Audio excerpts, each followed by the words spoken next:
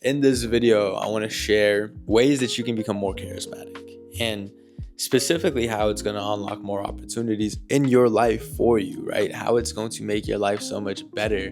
Because a harsh truth that I have learned about life in these past 3 years is that your level of happiness and success and achievements and opportunities and just experiences overall, it's not down to the degree that you have. It's not down to what you do for work or how much money you make.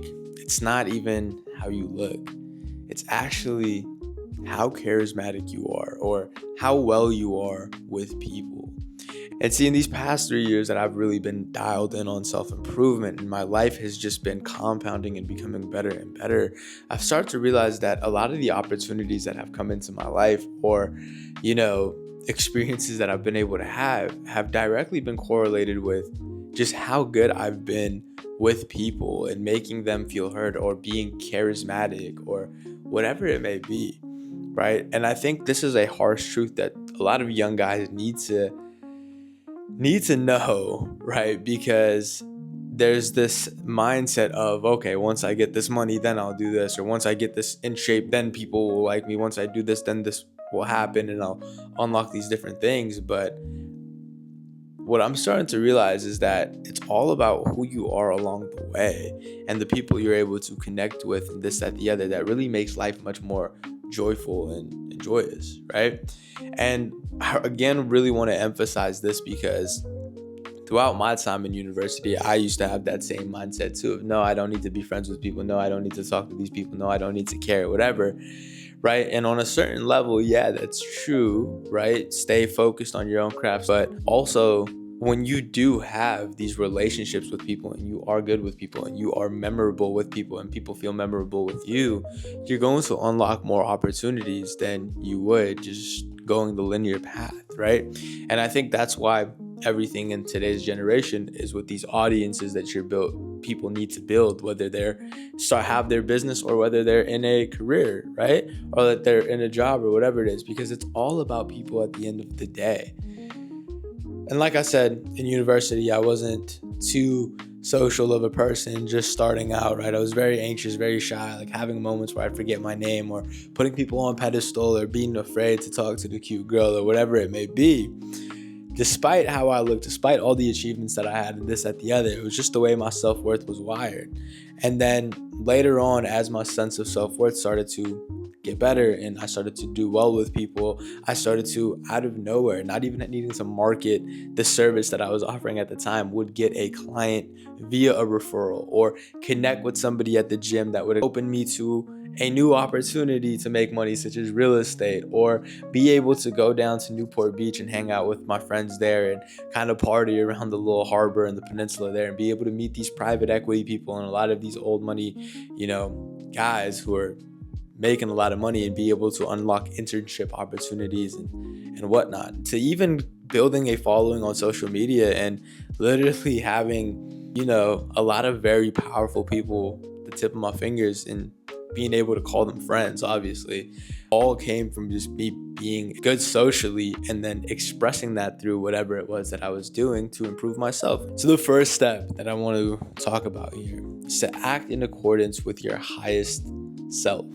And this is going to be a very broad, very heavy step because there's so much that goes into it, right? You first need to journal out, what does that version of yourself look like? What does the most magnetic version of yourself look like? And chances are, right, you are probably waiting to be magnetic, you were waiting to be charismatic, saying, no, I need to get this money first and then I'll start treating people this way, or no, I need to get in shape first and then I'll start treating this way. But you can only get what you are, not what you want, right? So if you're consistently pushing or waiting for permission externally, you're never going to have the opportunity to be who you want to be right now, and therefore not being magnetic and therefore pushing away the opportunities that you have meant for yourself. So that's why I said step number one is act in accordance. And when I say act in accordance, that also means act in alignment with your highest self, right? How does that version of yourself act? And I remember seeing this past weekend. I was at a Rolls Royce event for Car Week here, and I was able to just, I think one of the staff members there told me, just go out, act like you belong, and have fun. And I remember being in that situation, being around there, and to act like you belong, it wasn't something that I needed to act like. It was just something that I stepped into alignment with. I said, okay, I already know future, there's a version of myself who has enough money to afford a Rolls Royce and doesn't even want it. But what does that version of myself be right now? And I just was that version of myself right now, cracking jokes with these ultra high net worth individuals, right? Making some fun, having a good time, having a blast, letting people feel unserious, especially in these high net worth groups and stuff like that. Like, these people have enough money to end world hunger, the people that I was around, and like very important people. But being able to go in there with a refreshing energy of letting them drop their guard around me, right? Because that's the version of myself that makes the most amount of money, that connects with the most amount of people, right? I'm not trying to be something in order to get something. I'm being who I know I am, that's going to attract everything, right? And so that's just for me. In my, highest version of myself, I'm always going to be cracking a joke or two. I'm not going to be taking life too serious. I'm going to be having a good time. I'm going to be taking care of people, this, that, the other. And that's essentially what I did right there. And I hate networking. I fucking hate networking, by the way. I think the best way to do networking is by being somebody who is worthy of like being known. So I didn't ask anybody for their number. I didn't ask for anything. But at the end of the night, these high net worth individuals, I'm talking about founders in the Silicon Valley, people who work at Tesla, people who manage wealth for some of the biggest for the fucking country, right, are asking me for my number, or asking me for my LinkedIn, or asking me for my connections and this, that, the other. Why? All because I was magnetic. I didn't talk one aspect of finance with these guys. I didn't talk one aspect of tech or whatever. I was just a refreshing energy talking about shit that I truly enjoy and being my most authentic self. And that made me a fucking magnet, not just with staff, but with also guests that were there. So act in accordance with your highest self. And the second thing that will definitely help you out when it comes to being social is treat everybody with the same level of respect that of their highest self, right? Because you never know. One thing I saw somebody do this past weekend was they were treating other members of the staff poorly if they were, making less money, and they were treating other people better, right? Now, that's not charismatic at all, G. Like, one of the things that I've learned to do is to, regardless of where somebody's at or wherever, you gotta treat people like their highest and most brightest selves would be treated. And because of that, you have this magnetic energy to you. People feel drawn to you because you consistently remind them of who they are becoming rather than who they were, right? And there's this saying, like, if you're getting a taste of something and it's, not, like, for example, a fruit, right? If you go in and you bite an apple prematurely, it's going to be sour, it's going to be stale, it's going to be dry. But if you give it that time to ripen and you treat it as such, and you have patience with it, you have, understanding and deep knowing that it is a ripe fruit, it'll eventually become right, and that's when you can enjoy. And the same thing goes with people. You got to understand that everybody has a different level time of becoming quote unquote ripe, of everything falling into place for themselves, and this, that, the other. Some people need longer to let go of the fears holding them back. Some people need a little bit longer to work on the traumas and everything that they have. But when you're able to see people unconditionally and give them, that respect and everything that they deserve, and this is something that I've needed to work on. And again, for me, it came from having to look inside myself and give myself that love and respect, that therefore be able to reflect it outwardly. You just become much more magnetic, right? People want to be around you. Why? And I realized this in my life, like, the people that I want to be around, hanging around all the time, they're very successful, but it's not because of the money. Like, I'm not hanging out with them and they're giving me money to hang out with them. It's not about the lifestyle or this, that, the other. It's just the way that I feel around these people. I feel much more competent. I feel much more expansive. I feel much more like my aligned self.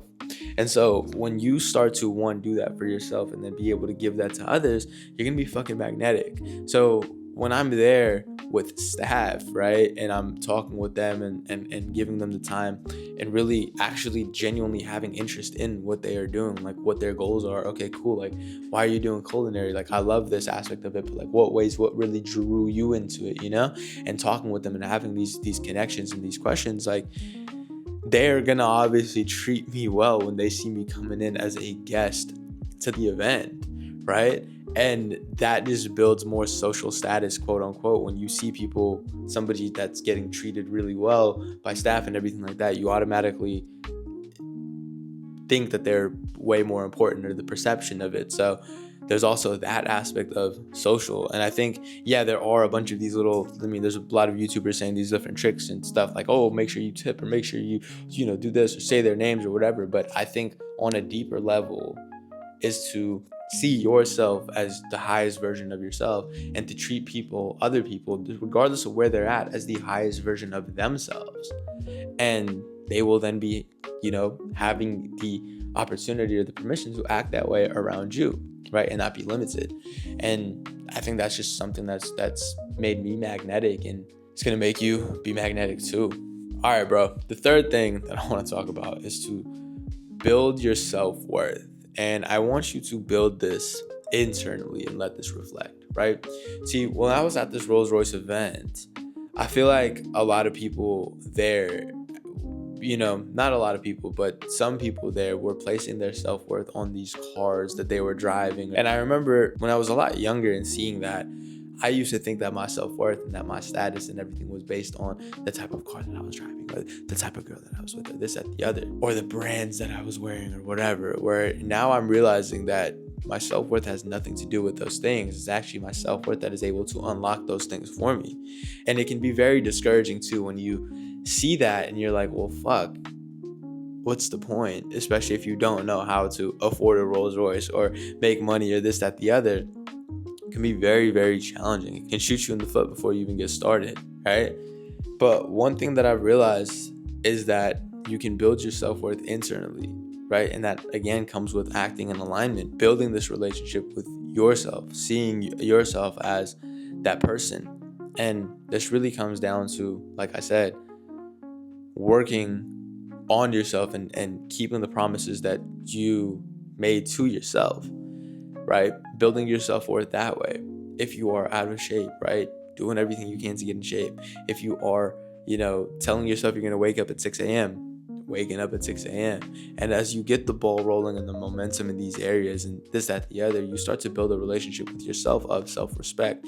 And when essentially the world is just a reflection of your relationship with yourself. So if you respect yourself, the world will then respect you. If you love you, the world will then love you. And I think those three things for right now, because they encompass so much, and I think it's a good way for you to be able to step into it and find out more ways and how your brain is wired to really maneuver through those three steps that I shared. But essentially that right there is going to be the key. Is going to be the big umbrella key to being a more charismatic person. And I mean, honestly, I think life really is about people, specifically this past weekend where I was able to connect with people from Ferrari, with people from Rolls-Royce, with people from Bentley, and all these different corporate companies that are global and luxury and automotive. Being able to connect with them and just hit it off. Like if you would have mentioned my name to anybody and they hear the name Nas, they're immediately going to get a smile on their face, right? And also too, just being around these people who kept telling me that I'm going to go very far in life, that like I am destined for greatness and this, that, the other. It's only because I saw that in myself first, which then reflects externally. And because I see the greatness in other people, that is the world that I get to live in, because I created that world, and that's the social world that I get to live in, right? So it is very affirming to obviously hear those things, and I think it's a great way to live, and I definitely want to share that with everybody, because imagine if somebody is, like I said, some people at these Rolls-Royce events, if they're like, oh, Nas is great, like he's going to go very far and this, that, the other, and then one day I'm applying for a role in their company, or one day, let's say I have a business and I'm pitching to them or whatever, they're going to be able to vouch for me and be like, nah, that kid's great, right? That kid's fucking great. And so you can kind of see how being social is just going to do really, really well for you. I mean, I'm getting referrals at Google right now. Shout out Ryan, by the way, just off of a connection that I was really genuinely interested in like, yo, what do you do? Like, what makes you fucking tick? Like, what makes you interested in what you're doing right now? And just having this genuine curiosity. because that's what I'm curious in. I'm curious in work that feels like play. I don't care. I don't give a shit about Google, right? I don't give a shit about tech. I don't give a fuck about any of these things. I care about the people and how they're able to enjoy life and have fun and build the best life for themselves possible by doing work that feels like play. And all of this, I guess, comes down to deep knowing of yourself and what truly makes you tick, and having these interests and having these curiosities. And I remember, one of my friends in sales was able to unlock a 6-figure opportunity right out of university without having any prior experience, just because he knew somebody and they're great people. And when you talk, and anytime, my friend's Chris Rubottom, by the way, at any time I bump into somebody on the baseball team or whatever from like when I was in university and I'd mention Chris, again, smile on their face because they know what a great guy Chris is. So just being a good, I'm telling you, it's going to compound. You don't have to be a fucking asshole to be successful in life. You don't have to be any of these things, right? Because success ultimately is not about the money that you make, or your self-worth should not be placed on the money that you make, or this, that, the other. However, your self-worth determines the amount of money in the life and the success that you're able to have. So treat people well, man. Treat people good. Treat people amazingly. Have a smile. Crack a joke. Also, don't bend backwards for anybody or this, that, the other. Don't obviously have a spine, be you, but remember, just stay in alignment with yourself. Expand and compound on people who are in alignment with that, and just be that person, man. Be that person, and I'm telling you, opportunities unlock with ease. That is it for this video. Again, appreciate you for watching. We're at 300 subs now, which is going to be good. Building this fucking momentum, keeping it going. And just really grateful for what I'm able to do. It's literally take all the shit that I used to struggle with and not know, be able to clarify it and give it to you to make your life a lot better and to make you a better version of yourself. And that's just fucking inspiring to me, and that makes me tick. As always, if you have any questions, shoot me a follow on Instagram at Nazo Hayat, and I will see you in the next one.